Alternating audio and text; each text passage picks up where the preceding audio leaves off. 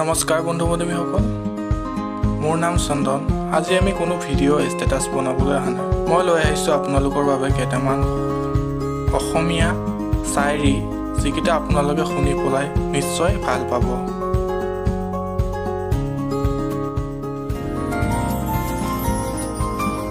জীৱনত যাৰ লগত সুখ দুখবোৰ ভগাই লোৱাৰ কথা আছিল, তেওঁৱেইচোন মোক দুখ দি আঁতৰি গুচি গ'ল। কি যে অদ্ভুত তাই, হৃদয়খন কাঢ়ি নিলে আৰু কৈছে তুমি সুখী হোৱা। আপোনাক অৱহেলা কৰাজনে কোনোদিনে আপোনাৰ আপোন নাছিল, তেওঁ মাত্ৰ মিছা অভিনয় কৰিছিল আপোন হোৱাৰ। কাৰোবাক কিমান বেছি ভাল পাই নেপেলাব, কাৰণ তেওঁ দিয়া আঘাত আপুনি সহ্য কৰিব নোৱাৰিব।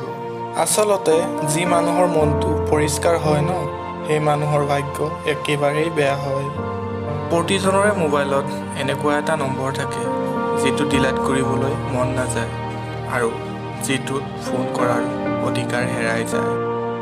হেল্ল' বন্ধু বান্ধৱীসকল, এই সকলো ষ্টেটাছবোৰ মই এটা ৱেবছাইটৰ পৰা সংগ্ৰহ কৰিছোঁ। কিবা যদি ভুল ভ্ৰান্তি হৈছে নিজৰ ভাইটি বা দাদা বুলি ক্ষমা কৰি দিব।